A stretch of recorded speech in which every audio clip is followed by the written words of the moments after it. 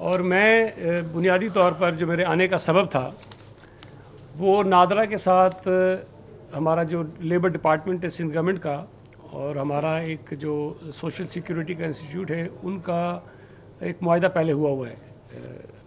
हमने ग़ालिबन जनवरी 2021 में एक मुआहदा किया था नादरा के साथ और तकरीबन उसकी जो लागत है उस प्रोजेक्ट की वो इनिशियली जो अब तक है वो 1 अरब रुपए है, जिसमें से 50% हम उनको अदायगी कर चुके हैं और 50% फिर आगे आहिस्ता आहिस्ता उनकी अदायगियाँ जो हम शुरू कर देंगे, शुरू हो जाएंगी। जो प्रोजेक्ट है वो पाकिस्तान में अपनी तर्ज का एक बहुत ही मुनफरिद और नया प्रोजेक्ट है और ये पाकिस्तान पीपल्स पार्टी के मंशूर के मुताबिक और चेयरमैन बिलावल भुट्टो ज़रदारी साहब की जो मज़दूरों से वादे थे उसके मुताबिक है। और जब जनवरी में हमने मुआहदा किया तो हमारा टारगेट था 1 मई 2021 जो गुज़िश्ता बरस लेबर डे के मौके पर हम उस कार्ड का इजरा शुरू कर देंगे और मज़दूरों को कार्ड देना शुरू कर देंगे। और ये मैं आपके पास एक सैंपल ले आया हूँ, ये कार्ड है जो बेनज़ीर मज़दूर कार्ड का सैंपल है जो अभी हम तकरीबन 37,000 के करीब जो है वो इशू भी कर चुके हैं। और ये इसका फ्रंट साइड है, ये इसका बैक है, ये सैंपल्स हैं लेकिन ये कार्ड हमने देना शुरू कर दिए। हमें जो इनिशियली जो टारगेट हमारा था, चूँकि एक बड़ा प्रोजेक्ट है, आसानी से आम लोगों की समझ में भी शायद वो नहीं आ रहा था, तो कई हमारे मीडिया के दोस्त हर जगह मुझे सवाल करते हैं कितने कार्ड इशू हुए, कितने हो गए।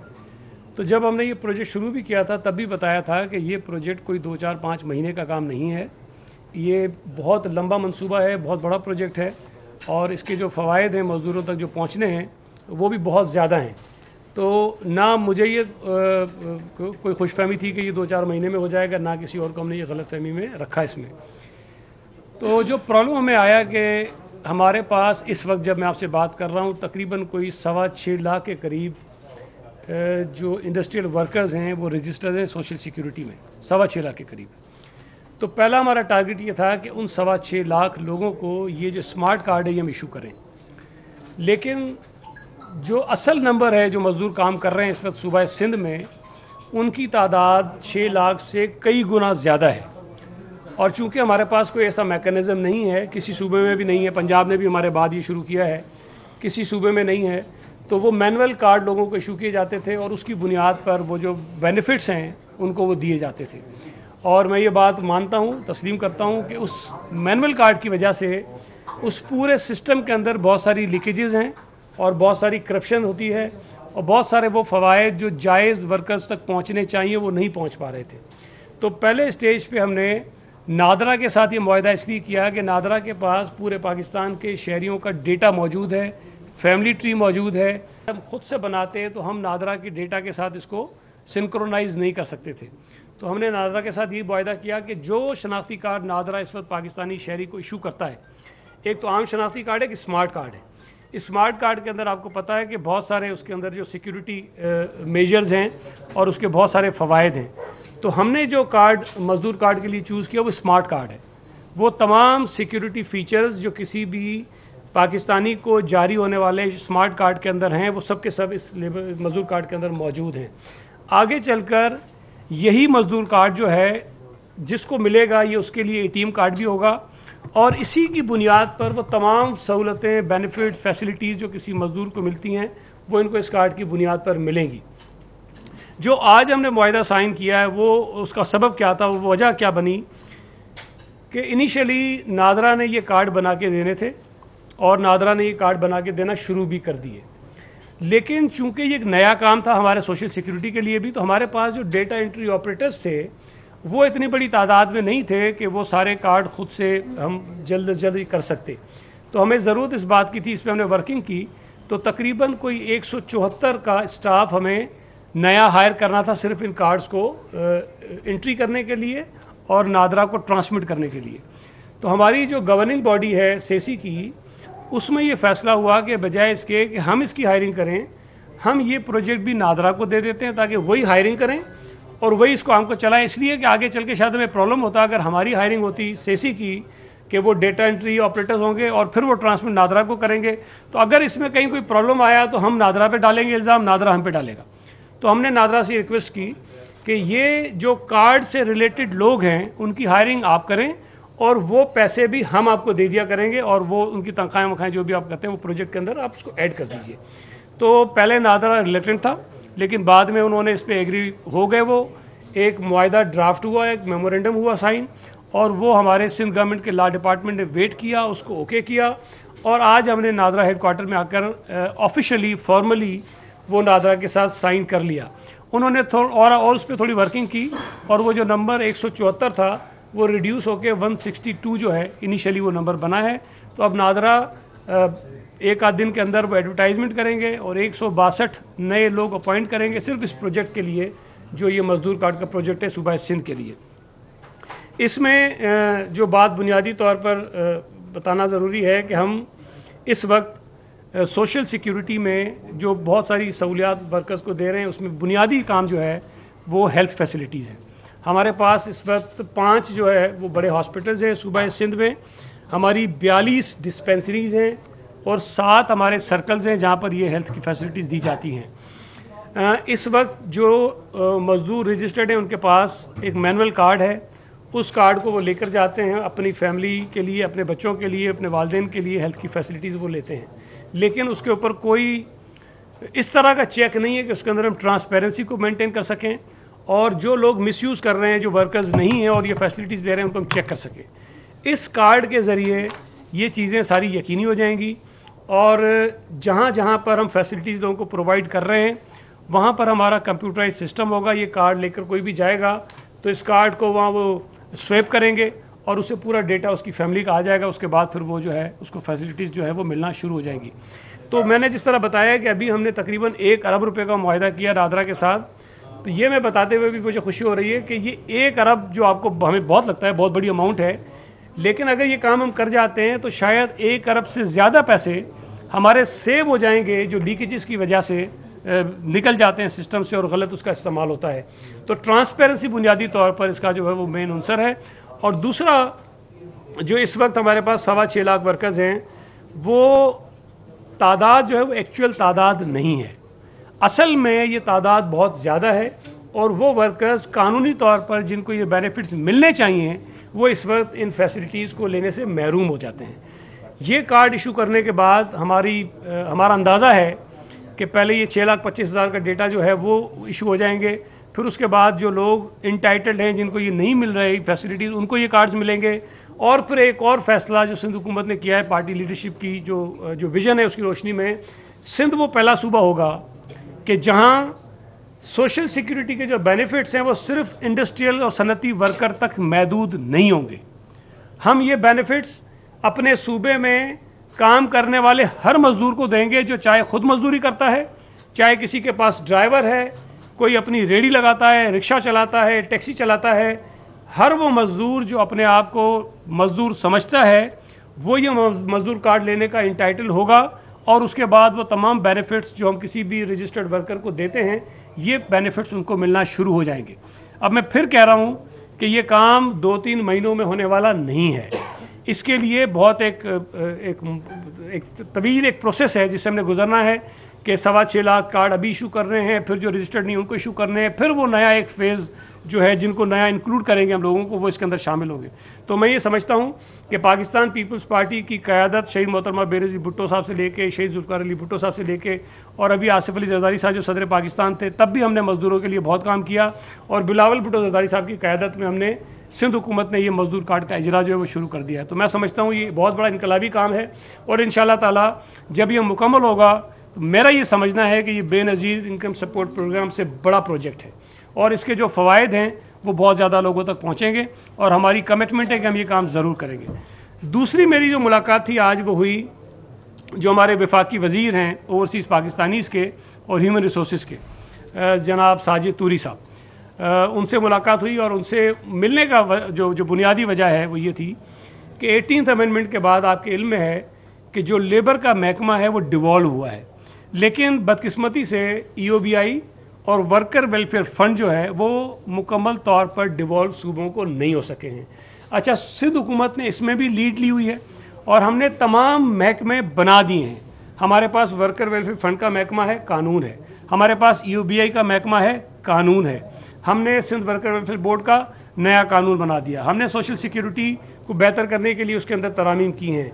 अब जो जिस पर हम काम कर रहे हैं वो ये है कि ये जो वर्कर वेलफेयर बोर्ड है, सोशल सिक्योरिटी है, माइंस वर्कर्स वेलफेयर ऑर्गेनाइजेशन है, EOBI है, इन तमाम महकमों को मर्ज करेंगे और एक अम्ब्रेला लॉ बनाएंगे।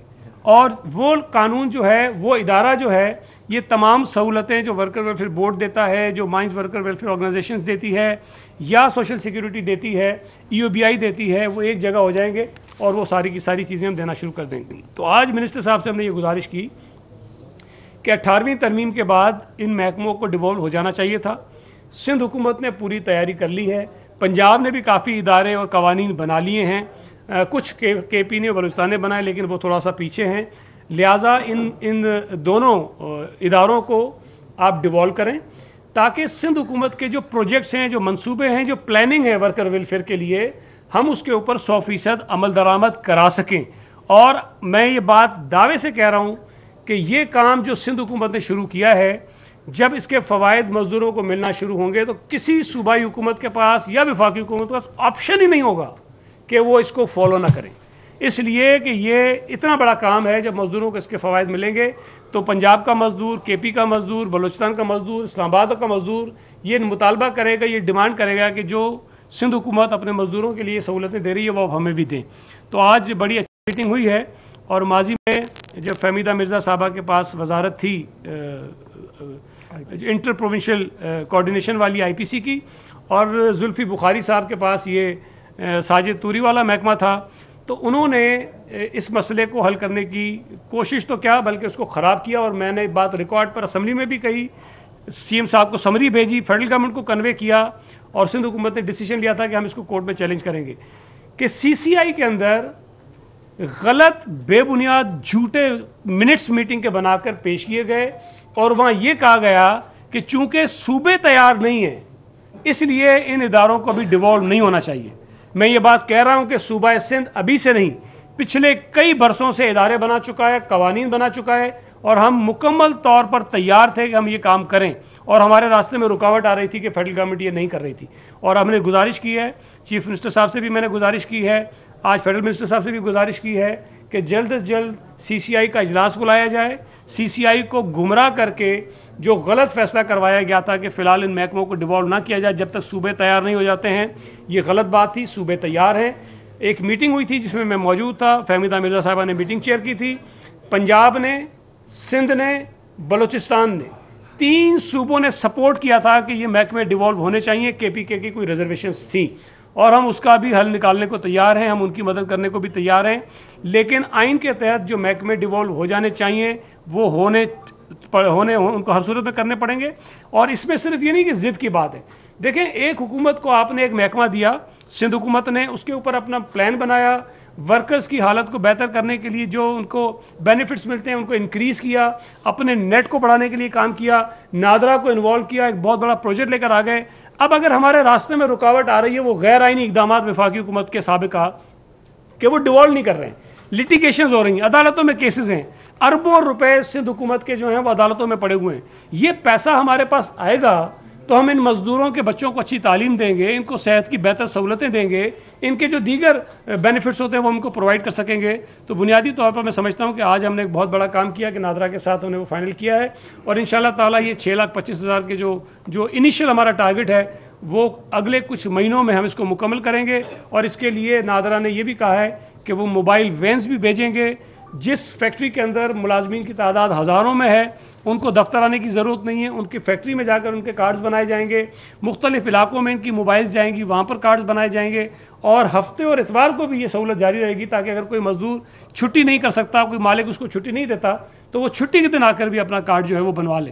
तो ये बहुत बड़े इनकलाबी एक इकदाम था पाकिस्तान पीपल्स पार्टी और सिंध हुकूमत का जिसको हमने आगे बढ़ाया है। ये बुनियादी तौर पर जो है वो आज की प्रेस कॉन्फ्रेंस का मकसद था और मैं शुक्रिया अदा करता हूँ मेरे दोनों जो कुलीग हैं, मिनिस्टर्स हैं उनका, चौधरी मंजूर साहब का, हमारी CSC के कमिश्नर बैठे हैं और हमारी जो गवर्निंग बॉडी है सोशल सिक्योरिटी की उसके कुछ मेंबर्स यहाँ आए हुए हैं और आज हमने ये एक बड़ा तारीखी काम जो है वो किया है।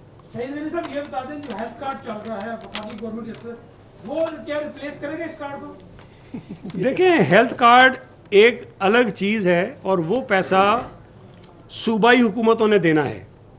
हेल्थ कार्ड के अंदर एक लिमिट है कि जी 10 लाख रुपए पर ईयर पर फैमिली जो है वो खर्च कर सकती है।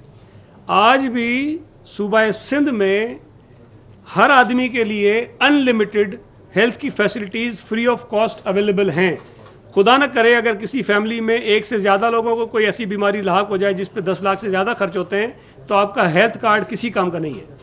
हम ये कह रहे हैं कि अगर तो हेल्थ कार्ड इतना इफेक्टिव होता तो पंजाब से, केपी से, बलूचिस्तान से लोग आकर सिंध के अंदर मुफ्त इलाज नहीं करवाते। तो सिंध की हुकूमत आज भी हेल्थ कार्ड से बहुत आगे है। और ये जो कार्ड जिसकी आप बात कर रहे हैं, इसमें सिर्फ सेहत की सहूलतें नहीं हैं, इसके अंदर मजदूर के बच्चों की तालीम है, इसके अंदर मजदूर के बच्चों की शादी होती है उस पर ग्रांट है, इसके अंदर अगर किसी मजदूर की डेथ हो जाती है तो उसको ग्रांट दी जाती है, इसके अंदर मजदूर का बच्चा अगर अच्छा पढ़ता है उसको स्कॉलरशिप दी जाती है, इसके अंदर अगर कोई मजदूर काम करते हुए माजूरी का शिकार हो जाए उसके पैसे दिए जाते हैं।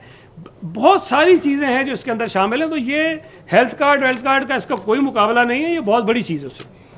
कलम का मजदूर, जैसे आपने बताया है कि अभी नादरा के साथ आपका वायदा है, ये बहुत अच्छा कदम है। वैसे तो क्या इसमें कोई, जैसे पहले आपने कहा है कि गलत कार्ड बन सकते थे इसलिए नादरा के साथ वायदा किया है, क्या ऐसे किसी गलत इकदाम को रोकने के लिए भी आपने कोई उसमें चेक एंड बैलेंस रखा है भाई, माजी की तरह उसमें कोई गलती ना हो ताकि मजदूर का हक न मारा जाए? देखें, एक तो बात यह है कि एक पेपर है जो मैं या हमारे डिपार्टमेंट का कोई ऑफिसर हाथ से बना के दस्तखत करके दे देता है, उसमें और नादरा के इस कार्ड में ज़मीन और आसमान का फ़र्क है।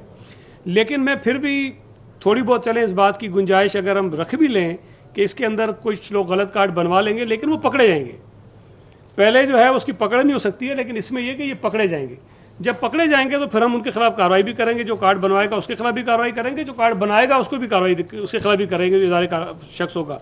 तो मैं ये समझता हूँ कि मोर देन 90% इस बात के इम्कानात हैं कि कोई इसके अंदर गड़बड़ नहीं होगी, ट्रांसपेरेंसी आएगी। जिस तरह मैं आपको बता रहा हूँ, देखिए ये अमाउंट कम नहीं है, 1 अरब रुपए हम दे रहे हैं और हम कह रहे हैं कि ये 1 अरब रुपए से ज़्यादा पैसे हम 1 साल में बचा लेंगे, 1 साल में। तो इससे आपको अंदाज़ा होना चाहिए कि कितनी लीकेजेस हैं। और अभी तक जितने कार्ड्स हमने वेरिफिकेशन के लिए भेजे हैं, तकरीबन 30% कार्ड उसके अंदर जाली निकलते हैं, कोई कम नंबर नहीं है ये, 30%।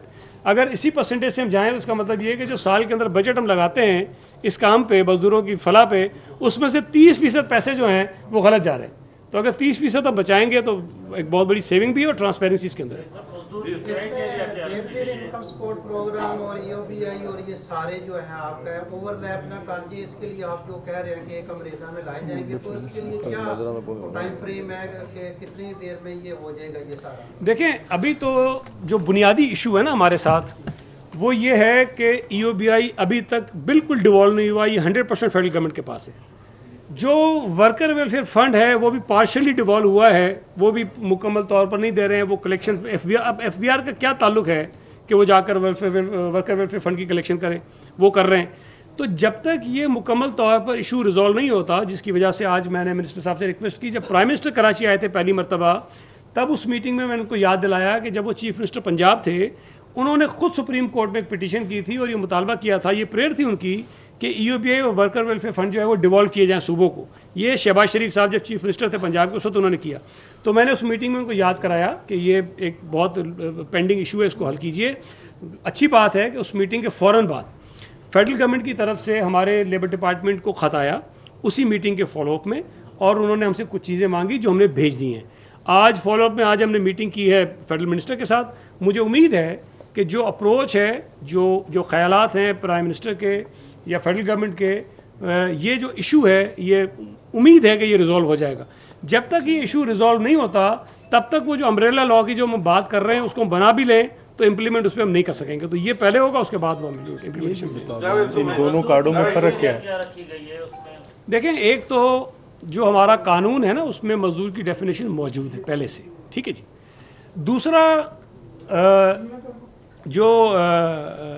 हम एक नया काम जो करने जा रहे हैं जिसमें हम ये कह रहे हैं कि वो मजदूर जो खुद अपनी नौकरी करता है, मजदूरी करता है, किसी के घर में मुलाजमत करता है, कोई और काम करता है, वो अपने आप को रजिस्टर्ड करवा सकता है। इसमें जो हम तरमीम करेंगे उसमें उसकी जो आमदन है महीने की, उसकी कोई लिमिट ज़रूर लगाएंगे कि जी इस लिमिट तक का जो आदमी है वो इसके अंदर इंक्लूड हो सकता है और इसमें उसको कंट्रीब्यूशन देना है, जिस तरह अभी कोई मजदूर दे रहा होता है। अच्छा, इसमें एक सवाल अक्सर जगहों पे आता है, कहीं और से भी आ जाएगा, कि जी ये जो आप पैसे ले रहे हैं मजदूर से, क्यों ले रहे हैं? बेनज़ीर इनकम सपोर्ट प्रोग्राम जो है वो इस मुल्क के गरीब तरीन लोगों के लिए जिनकी ज़रिया आमदनी नहीं है या बहुत कम है, ये बेसिकली उनके लिए। ये बेनज़ीर मजदूर कार्ड जो है ये उनके लिए है जो कोई ना कोई काम कर रहे हैं, जो मजदूर हैं। ये ज़मीन और आसमान का फ़र्क है। वो कमा रहा है कुछ ना कुछ, लेकिन उसको वो सहूलतें जो बच्चों के लिए चाहिए, फैमिली के लिए चाहिए, वो अपने रिसोर्सेज में पूरा नहीं कर पाता है। तो उसको हम सपोर्ट करेंगे, लेकिन हम उससे कंट्रीब्यूशन लेंगे। जितना कंट्रीब्यूशन वो हमें साल में देगा उससे ज़्यादा बेनिफिट वो हमसे हर महीने ले रहा होगा, हर महीने ले रहा होगा। इसमें कोई लिमिट नहीं है कि 10 लाख रुपये खर्चा होगा, इसमें कोई लिमिट नहीं है कि 2 बच्चों की पढ़ाई उठाएंगे तो बाकी, अगर किसी के 12 बच्चे होंगे तो 12 बच्चों की तालीम उठाएंगे हम। अगर किसी की फैमिली के ऊपर 5 करोड़ रुपए भी खर्च होंगे इलाज में तो हम करेंगे खर्च उसके ऊपर। तो इस तरह से बहुत सारी चीज़ें, और ये मैं समझता हूँ कि इसका बहुत बेनिफिट होगा। और ये मैं आपको बता रहा हूँ कि जब ये कार्ड इशू शुरू होना मिलना शुरू होंगे ना, तो आप देखिएगा कि किस तरह लोग आते हैं इस कार्ड को लेंगे। बहुत बड़ा चैलेंज है, लेकिन हमारी कमिटमेंट है, हमारी लीडरशिप की कमिटमेंट है कि ये काम हमने करना है। ये पार्टी का मंशूर है, ये शहीद बीबी का वादा था, और इंशाल्लाह ताला इसको हम इम्प्लीमेंट करके दिखाएंगे लोग। सईद गनी साहब, इस पे मेरा एक सवाल है कि वो जो पैसा आप मजदूर कार्ड के जरिए जो कंट्रीब्यूशन मजदूरों से लिया जाएगा, उसकी इन्वेस्टमेंट का क्या प्लान होगा? और इसके साथ ये है कि नेक्स्ट जो बजट आ रहा है उसके लिए भी इसकी एलोकेशन है, वो आगे प्रोसेस चलाना है। देखें, एक तो इस पूरे काम में हुकूमतों का पैसा कहीं नहीं है। आज भी ना फेडरल गवर्नमेंट इसके अंदर पैसा दे रही है और ना ही हमारी सिंध गवर्नमेंट इसके अंदर पैसा दे रही है। ये बेसिकली तो कंट्रीब्यूशन है ना, जो या तो एम्प्लॉयर से आ रहा होता है या वर्कर से आएगा हमारे पास। बजट के अंदर इसकी एलोकेशन की ज़रूरत नहीं है। हमारे इदारों का अपना बजट होता है, ये अपनी गवर्निंग बॉडी से बजट अप्रूव करवाते हैं और ये सारा कुछ होता है। जो कंट्रीब्यूशन की इन्वेस्टमेंट की बात कर रहे हैं, आज भी जो पैसा हमारे पास है, चाहे वर्कर वेलफेयर फंड के पास हो, चाहे सीसी के पास हो, चाहे फेडरल गवर्नमेंट के जो ईओबीआई वगैरह के इदारे उनके पास हो, वो पैसा इन्वेस्ट कर रहे होते हैं मुख्तलिफ जगहों पर और उनकी इन्वेस्टमेंट पॉलिसीज़ बनी हुई हैं। हमारे पास सूबा सिंध में वर्कर वेलफेयर बोर्ड हो या सोशल सिक्योरिटी हो, हम इसको बैंक में इन्वेस्ट करने के अलावा प्रॉपर्टी में इन्वेस्ट नहीं करते हैं, स्टॉक एक्सचेंज में इन्वेस्ट नहीं करते हैं। कोई रिस्की इन्वेस्टमेंट जो है वो हम नहीं करते हैं। ये बिल्कुल सिक्योर होते हैं और वही हम करते हैं। लेकिन डेफिनेटली जब ये जो प्लान मैं आपको बता रहा हूँ ये बहुत बड़ा है और इसके लिए पैसे भी बहुत दरकार हैं। लेकिन इस पे जो वर्किंग हमने की हुई है, हमारे पास अच्छा खासा पैसा हमारा अदालतों में फंसा हुआ है बिकॉज ऑफ दिस लिटिगेशन और ये जो कंट्रोवर्सी है between federal and provincial government, उसकी वजह से ये अगर हम सॉर्ट आउट कर लेते हैं तो हमारे पास अच्छा खासा पैसा आ जाता है। और फिर डेफिनेटली उस पैसे को इन्वेस्ट करने के लिए एक प्रॉपर मैकेनिज्म भी बनाएंगे, एक अच्छी ट्रांसपेरेंट कमेटी भी बनाएंगे जिसके अंदर इंडिपेंडेंट लोगों को भी रखेंगे, क्रेडिबल लोगों को भी रखेंगे, ताकि ये जो मजदूरों का पैसा है ये प्रॉपर तरीके से इन्वेस्ट हो, इसका अच्छा खासा रिटर्न आए और उसी की बुनियाद पर इस पूरे सिस्टम को हम चलाएंगे। ये थोड़ा सा बता दीजिए कि सिंध में मजदूर की कम से कम उजरत कितनी है और सूबों में कितनी है। और दूसरा एक और चीज़ रजील साहब से मैं जानना चाहूँगा कि अभी तक आपके पास कोई ऐसा डाटा मौजूद है कि जो सेहत कार्ड बाकी हुकूमत ने वो बनाया था आपके सूबे में, कितने लोग उसके वो बेनिफिशरी हैं? अच्छा, पहला तो सवाल आपका क्या था? मिनिमम देखें, मिनिमम वेज हमारे पास पहले तो 17,500 थी और उसको बढ़ाने के लिए एक पूरा मैकेनिज्म होता है, सारे सूबों के पास है। हर सूबे में कानून के मुताबिक एक मिनिमम वेज बोर्ड बना हुआ है जिसके अंदर सरकारी लोग भी होते हैं, जिसके अंदर मजदूरों के नुमाइंदे होते हैं, जिसके अंदर एम्प्लॉयर्स के नुमाइंदे होते हैं। वो जो मिनिमम वेज बोर्ड है वो जायज़ा लेता है मार्केट का, उसकी बुनियाद पर तजवीज़ करता है कि जिस तरह से तनख्वाह होनी चाहिए।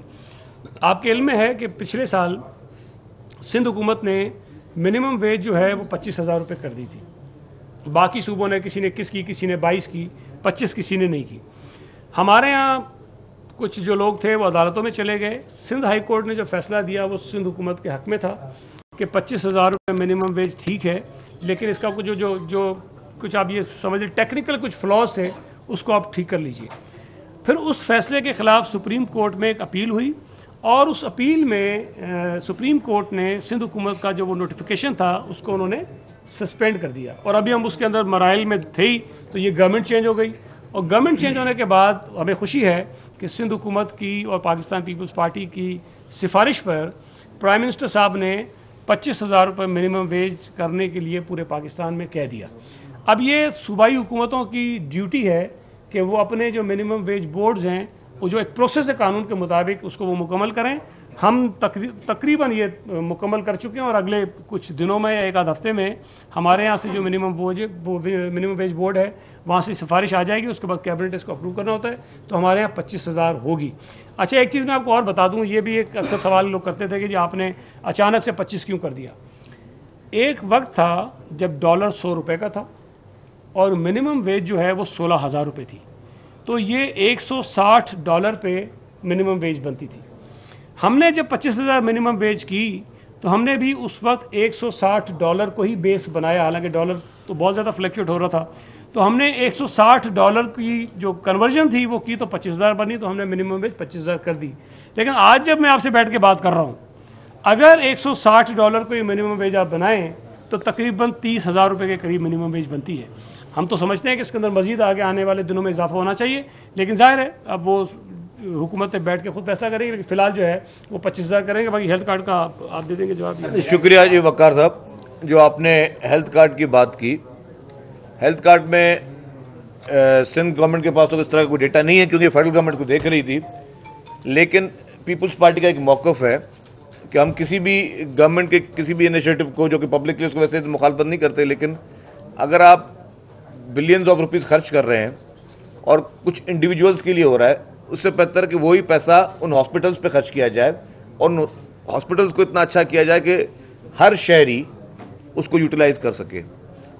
क्योंकि ये आम तौर पे बात है, सिंध गवर्नमेंट ने क्या किया, सिंध गवर्नमेंट ने जितने भी हेल्थ सेक्टर है उसमें उसको बेहतर किया, और उस हेल्थ सेक्टर को बेहतर करने की वजह से पूरे पाकिस्तान से लोग जो है वो इलाज के लिए सिंध के मुख्तलिफ हॉस्पिटल्स में आते हैं।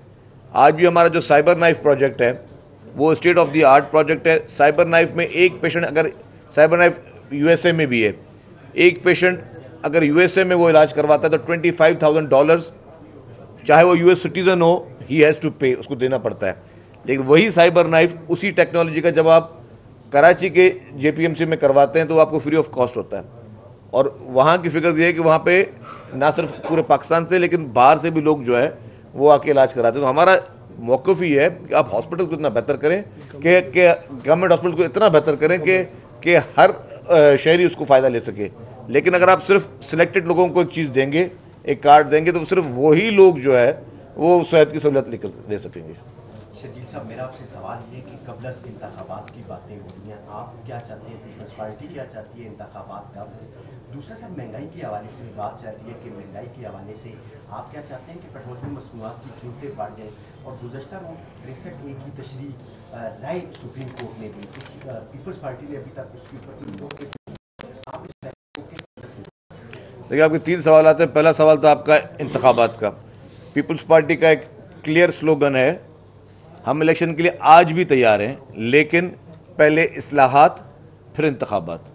हम चाहते हैं कि जी पहले जो रिफॉर्म्स होने, इलेक्टोरल रिफॉर्म्स पहले वो हो जाएं, जो असल शक्ल है इसकी और पाकिस्तान के जो डेमोग्राफी है उसको देखकर जो पहले एक मैकेनिज्म था उसको आप ले आएँ इंतखाबात के। उसको बेहतर करने की ज़रूरत है तो उसमें ज़रूर बेहतरी ले आएँ कि इलेक्शन ट्रांसपेरेंट से ट्रांसपेरेंट हो सके ज़्यादा से ज़्यादा। तो हम इलेक्शन के लिए 24 घंटे तैयार हैं। हमें सिर्फ पहले इस्लाहात करनी है, जो आईनी तरामीम करनी है वो उसमें हो जाए।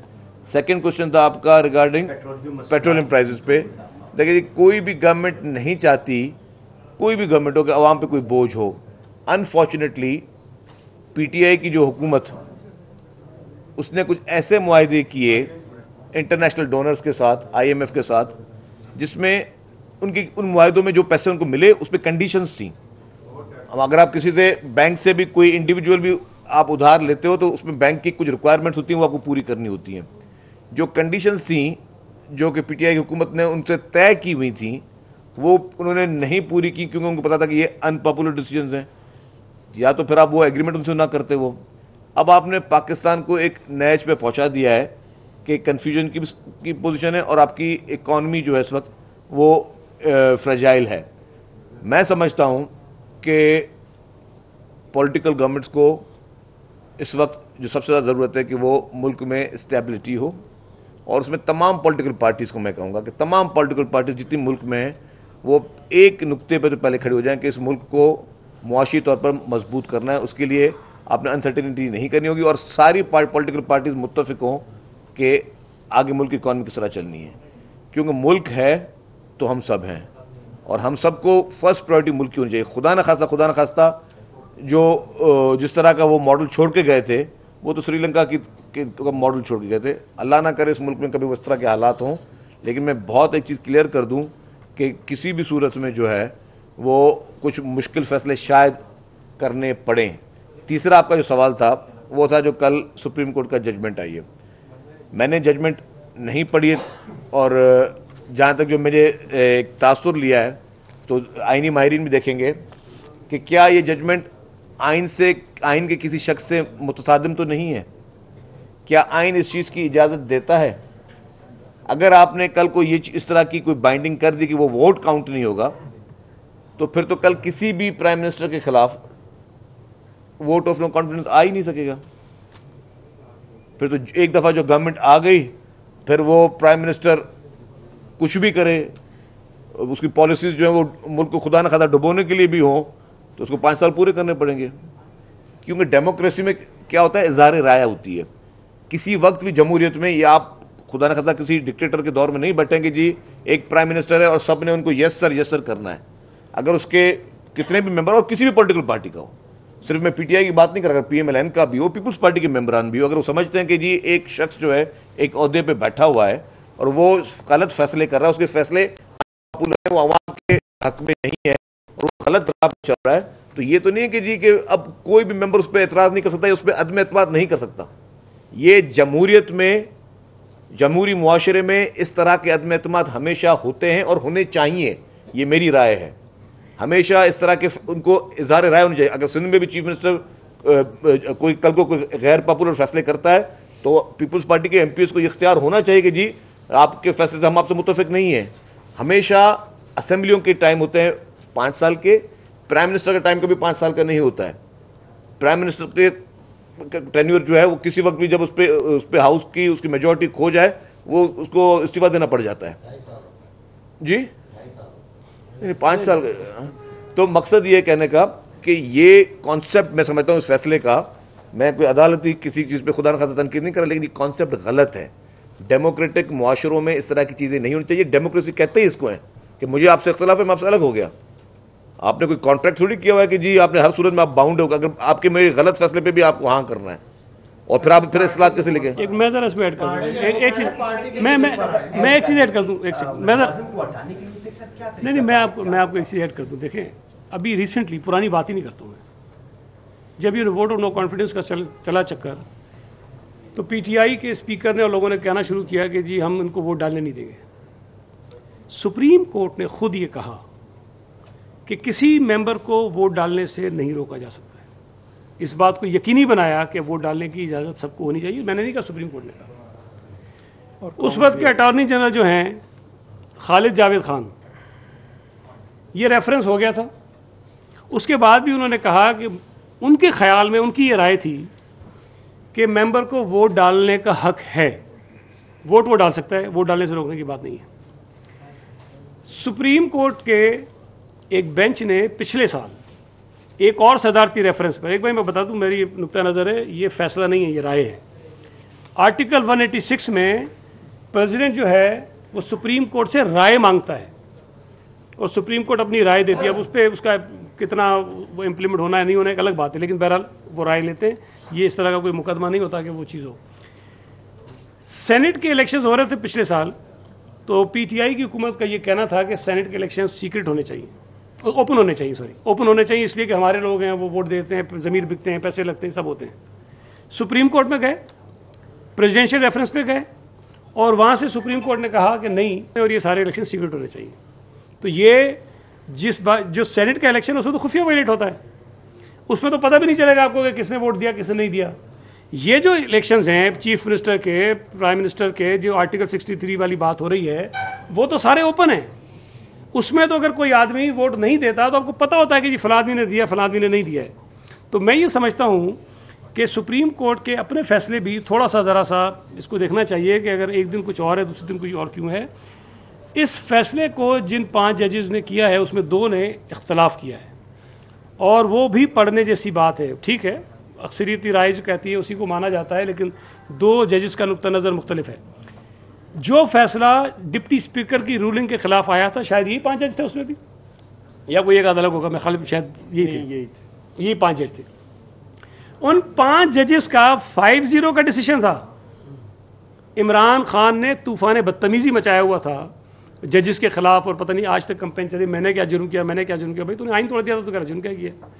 तो उस फैसले को ये मानने को तैयार नहीं थे। हम इस फैसले को, राय को, सुप्रीम कोर्ट की हमें पसंद हो नापसंद हो मानते, लेकिन जिस तरह बात शजील ने कही, ये बात बिल्कुल ठीक है कि अगर कोई कल पागल वज़ीर आज़म इमरान खान जैसा आ गया और उसको 2 तिहाई अक्सरियत मिल गई और वो कह दे कि जी जिसका कद 6 फुट 5 इंच होगा इस मुल्क में उसको फांसी लगाई जाएगी, या वो कह दे कि इस मुल्क का कोई आदमी अगर वज़ीर आज़म के खिलाफ एक लफ्ज़ कहेगा तो उसको गोली मार दी जाएगी, अगर वो ये कह दे कि इस मुल्क में कोई सियासी जमात नहीं होगी, तो क्या उस 2 तिहाई अक्सरियत के अंदर बैठे हुए मेंबरान का ये हक नहीं है कि वो कहें कि भाई हमारा प्राइम मिनिस्टर पागल हो गया है, लिहाजा हम भाई इसके साथ नहीं हैं?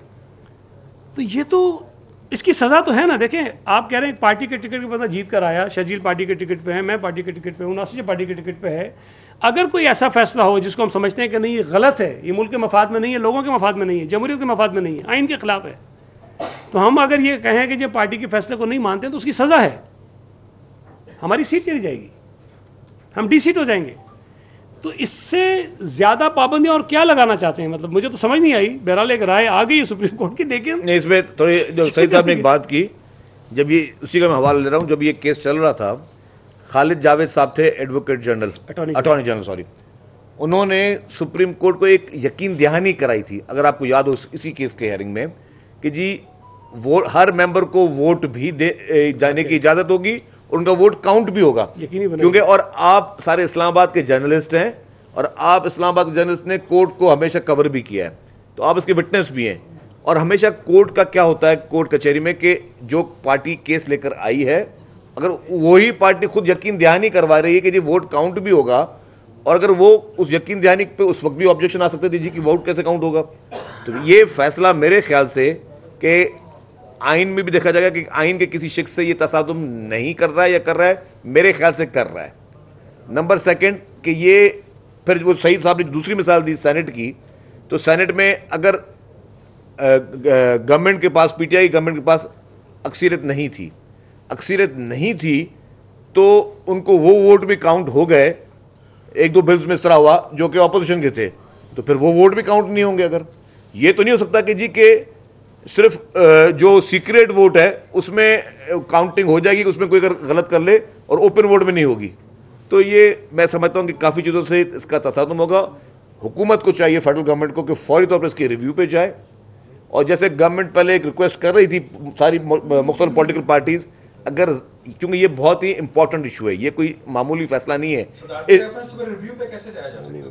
नहीं, सदारती रेफरेंस को रिव्यू पे नहीं जा सकता, लेकिन कोई ना कोई इसमें निकालना पड़ेगा, कोई ना कोई इसका आईनी हल निकालना पड़ेगा, वरना ये हमारे मुल्क में खुदा न खास्ता अल्टीमेट पावर किसी के पास नहीं होना चाहिए। हमारे पास, हमारे मुल्क में, हर मुल्क में, मौजूद जमहूरी मुल्क में अल्टीमेट पावर नहीं होता है, एक इजहार राय होती है। ये तो फिर कल को कोई भी प्राइम मिनिस्टर हो गया, उसको सबके लिए अजाब बन जाएगा, चाहे वो हमारी पार्टी का हो या किसी और पार्टी का हो।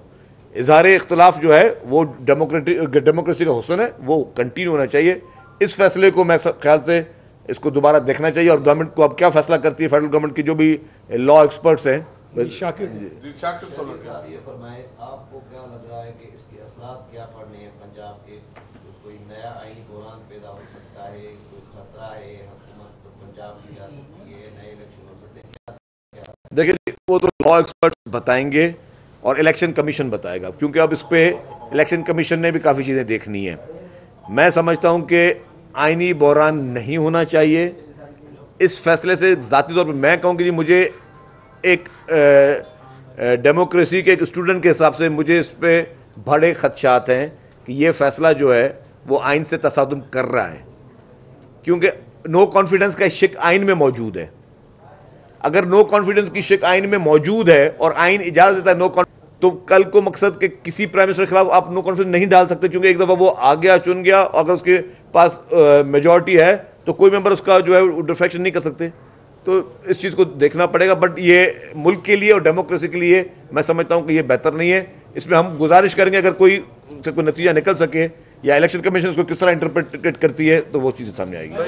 मलिक सईद बोल टीवी से मतलब मेरा सवाल ये है कि हमेशा आज तक हमने देखा है जब भी हुआ है पॉलिटिकल पार्टीज ने हमेशा जब भी उनके मुफाद में नहीं हुआ तो लोटाक्रेसी की मुखालफत की और उसके खात्मे की बात की। अगर हम पिछले कुछ अरसे से देखें तो हमें पीपल्स पार्टी स्पेशली जो है वो लोटों की हमायत करते हुए नजर आ रही है। तो इस पे क्या वजह है कि अभी तक आप कानून साजी भी नहीं कर सके लोटों के हवाले से, और फिर उसके बाद आज आप उनके हम हक में जो है दलाइल भी दे रहे हैं, तो इस पे क्या?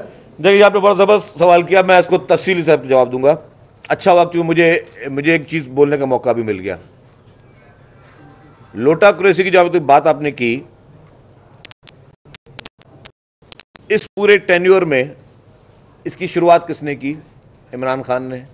पीटीआई में 90% सारे लोटे आए, उसको भी छोड़ दें, चले जी वो आ गए, आज़ाद जीत कर आ गए।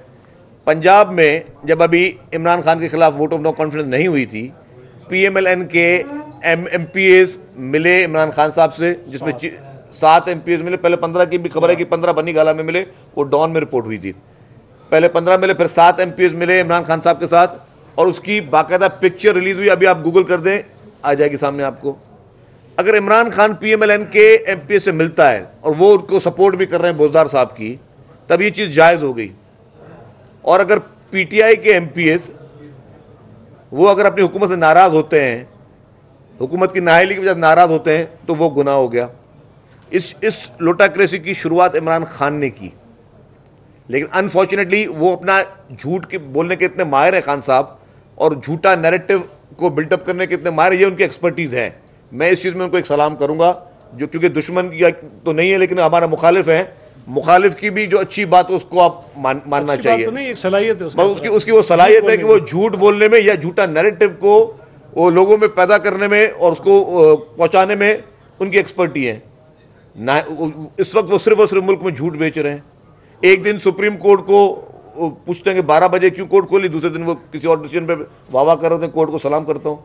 हर चीज़ में उनका जो है पूरी पॉलिटिक्स चल रही है, वो झूठे नैरेटिव पे चल रही है, और वो आवाम को बेवकूफ़ बना रहे हैं। और हम उम्मीद करते हैं, और ये झूठ भी चंद दिन रहेगा, ये जो इस वक्त बबल चल रहा है, मैं समझता हूँ महीने डेढ़ के बाद लोगों को समझ में आ जाएगी, और मैं समझता हूँ कि लोगों को फिर ये फैसला करने में आसानी होगी। अच्छा साहब, मेरा क्वेश्चन ये है कि पीपल्स पार्टी चाहती है कि इस्लाहात के बाद इलेक्शन हो, क्या दूसरी जो हुकूमती इत्तेहाद में जमातें हैं वो भी यही चाहती हैं? क्योंकि हालात तो ऐसे बन रहे हैं कि फॉर इलेक्शन।